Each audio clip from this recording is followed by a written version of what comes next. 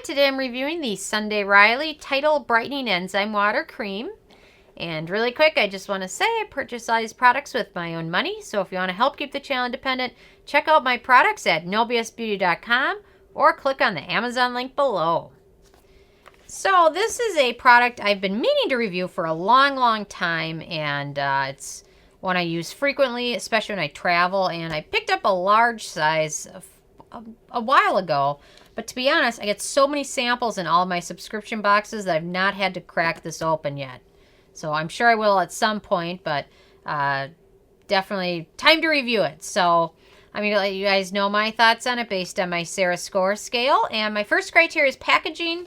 And unfortunately, the full size is packaged in a jar package, which honestly, it's a liquidy type texture. So this could be easily transported into an airless jar or a pump or a squeeze tube.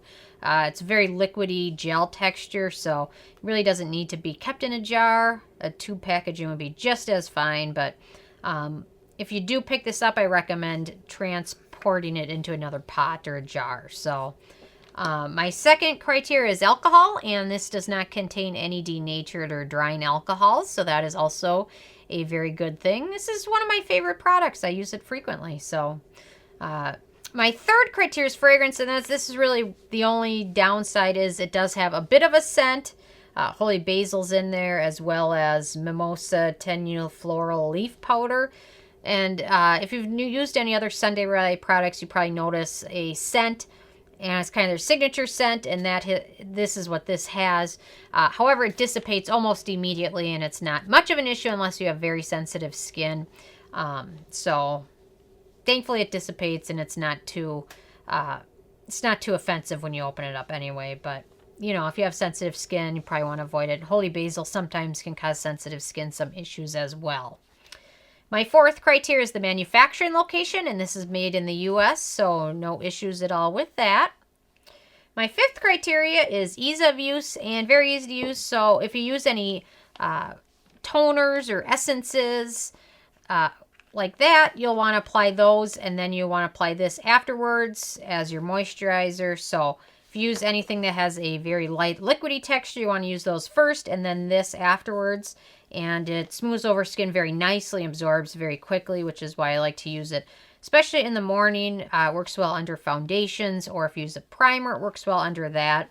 And I really like the gel texture this has, and how it doesn't leave your skin feeling greasy at all, but it leaves it looking hydrated.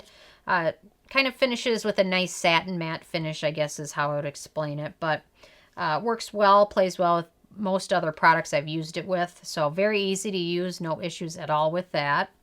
And I kind of think a pump bottle would be easier, actually, because then you don't have to dig your fingers in. But anyway, my sixth criteria is antioxidants, and it's got several good ones, and it does have some good ingredients that will certainly help brighten your skin. Like in the title, it says brightening enzyme water.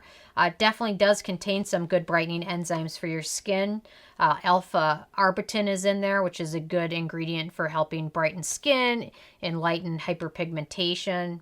Tamarind extract, it also contains hyaluronic acid, lecithin, and elanolin. So it's got a lot of good beneficial ingredients, some good brightening ingredients. Just make sure to use a sunscreen during the daytime. And I like to use this underneath my vitamin C serum. And then I apply my foundation. I usually use this on days when I use a foundation that has sunscreen in it. But it works well under most sunscreens anyway. But I just really like the nice light texture to it. So Sunday Riley has a lot of good stuff. I'll have to review some more of theirs. I haven't done a lot of their products until recently. So anyway, my seventh criteria is animal testing, and the Sunday Riley brand is cruelty-free, which we love. My eighth criteria is performance, and it's very nice, very light, very hydrating. If you have oily skin, I can see how you probably would appreciate this. However, it could be a little too hydrating.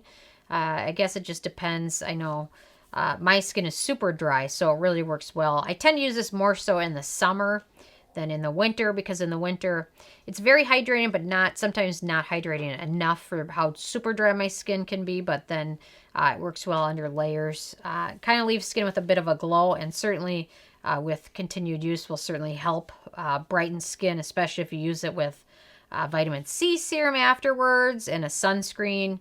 You'll certainly help notice some brightening.